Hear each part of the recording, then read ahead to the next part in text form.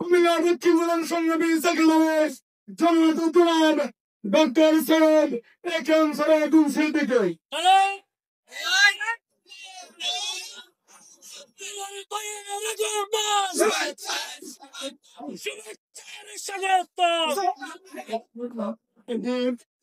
উপস্থিত আজকের এই বিক্ষোভ মিছিল ও সমাবেশের সম্মানিত সভাপতি, লাকসাম পৌরসভার সংগ্রামী আমির জনার্দ্দিন পাটোয়ারি ভাই, লাকসাম উপজেলা সেক্রেটারি জোবায়ের ফয়সাল ভাই, প্রোগ্রামের সঞ্চালক পৌরসভা সেক্রেটারি শহীদ ভাই সহ অন্যান্য নেতৃবৃন্দ এবং সম্মানিত লাকসামবাসী, আসসালামু আলাইকুম।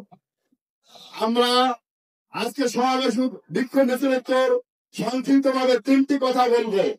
প্রথমত হচ্ছে, আপনারা দেখেছেন গতকালকে গোপালগঞ্জে এনসিপির নেতৃবৃন্দ তাদের প্রোগ্রামে যাওয়ার প্রাককালে আজকে নিষিদ্ধ ঘোষিত সংগঠন ছাত্রলীগ এবং আওয়ামী লীগ যে সন্ত্রাসী তাণ্ডব চালিয়েছে, আমরা আজকে বিক্ষোভ মিছিল সমাবেশে তীব্র নিন্দা জানাচ্ছি। আমরা সন্ত্রাসীদের দ্রুত গ্রেপ্তার করে বিচারের আওতায় আনার জন্য প্রশাসনের নিকট জোর দাবি জানাচ্ছি এবং তারা যাতে লাকসাম সহ বাংলাদেশের আর কোথাও এই ব্রিটিশ শক্তি মাথা ছাড়া দিতে না পারে, এই ব্যাপারে প্রশাসনকে সর্বোচ্চ সতর্ক থাকার আহ্বান জানাচ্ছি। দ্বিতীয়ত যে কথাটি বলবো, আগামী 19শে জুলাই ঢাকা শরণার্থী উদ্যানে দুপুর 2টায় বাংলাদেশের স্মরণকালের ঐতিহাসিক সমাবেশ অনুষ্ঠিত হবে ইনশাআল্লাহ। এই সমাবেশ হবে পিআর পদ্ধতিতে নির্বাচনের দাবি আদায়ের সমাবেশ। এই সমাবেশ হবে পরবর্তীতে বাংলাদেশের সকল জাতীয় নির্বাচনে তত্ত্বাবধায়ক সরকারের অধীনে নির্বাচন হওয়া সমাবেশ। এই সমাবেশ হবে লেভেল প্লেইং ফিল্ড নির্বাচনের জন্য তৈরি সমাবেশ। এই সমাবেশ হবে বিগত 17 বছরের ব্রিটিশ সরকারের সকল অপকর্মের দ্রুত বিচারের দাবি সমাবেশ। এই সমাবেশ হবে রাষ্ট্রের এবং প্রশাসনের প্রয়োজনীয় সংস্কারের সমাবেশ। আপনারা লাকসামবাসী দলে দলে সমাবেশে যোগ দিবেন, এই আহ্বান জানাচ্ছি। সর্বশেষ আমি স্থানীয় একটি বিষয়ে কথা বলছি। গত 2 দিন আগে আমাদের বন্ধু সংগঠন বাংলাদেশ জাতীয় দলের ভাইরা মিছিল করেছেন। তাদের মিছিলের ভাষা আমরা স্তম্ভিত এবং বিস্মিত। আমি শুধু একটি কথা স্মরণ করে দিতে চাই, বিএনপির সাথে আমাদের ঘর সংসার ছিল বিগত 27 বছরে। 1998 সালে 4 দলীয় জোট গঠন হয়েছিল এই ব্রিটিশ সরকার তখন বিদায়ের জন্য। তারপর থেকে বিগত 27 বছর আমরা একসাথে রাজনীতি করেছি, একসাথে মায়ের খেয়েছি, নির্বাচন করেছি। এই লাকসামে 96 পরে আমরা দাঁড়িপাল্লা দা নির্বাচন করি নাই। 2001 সালে বিএনপির প্রার্থী তথা ধানশীষের প্রার্থীকে বিজয়ের জন্য আমরা সর্বশক্তি দিয়ে কাজ করেছি। 2008 সালে আপনাদের প্রার্থীকে বিজয় করার জন্য আমরা চেষ্টা করেছি। আপনাদের আভ্যন্তরীণ সমস্যার কারণে আমরা সামান্য ভোটে হেরেছি।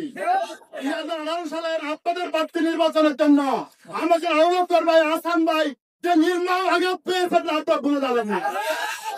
এই 2014 সালের 27শে নভেম্বর আমাদের নেতা 13 সালের ইমামুলকে তারা গুম করেছে। এই রক্তক্ষরণ আপনাদের হয়েছে, আমাদের হয়েছে। আমরা রাজপথে দীর্ঘ 2-3 মাস আপনাদের সাথে ছিলাম। আপনাদের নেতা তারেক জিয়ার বিরুদ্ধে মামলা হয়েছে, জামাত ইসলামী হরতাল করেছে। লাকসামের আমাদের বিরুদ্ধে মামলা হয়েছে, আমাদের লোকেরা জেল খেটেছে। আমরা লাকসামে আপনাদের বিরুদ্ধে কি এমন অপরাধ করেছি, আপনারা আমাদেরকে জবাই করবেন, এখান থেকে উৎখাত করবেন। বিএনপির নেতৃবৃন্দকে আরো দায়িত্বশীল ভূমিকা আশা করছি। এত দ্রুত অতিরিক্ত করে যাবেন না, দ্রুত অকৃতজ্ঞ হবেন না। এই আপনাদের সাথে জোট করার কারণে আমাদের নেতৃবৃন্দকে জেলখানায় গিয়ে রিজিয়া ভাই এনএসআই বলেছিল, আপনারা শুধু বিএনপি থেকে বেরিয়ে আসুন, সকলকে মুক্তি দিব।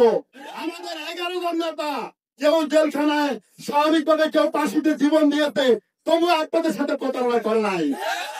আপনাদের এখন এই উদ্ধত বক্তব্য আমাদেরকে মর্মাহত করেছে।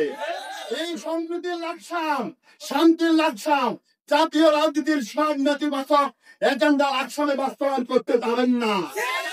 এই স্থিতিশীল লাকসামকে স্থিতিশীল রাখুন।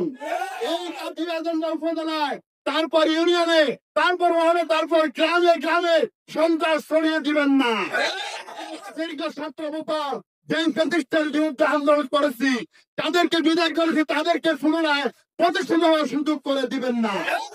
এখন নির্দলীয় সরকারের অধীনে একটি সুষ্ঠু স্বচ্ছ নির্বাচন হবে। আপনাদের সাথে এখন আমাদের জোটের প্রয়োজন নাই।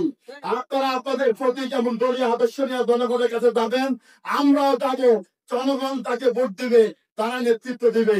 আসুন আমরা শান্তি রাষ্ট্রকে শান্তিতে রাখি, রাষ্ট্রকে ঐক্যবদ্ধ রাখি।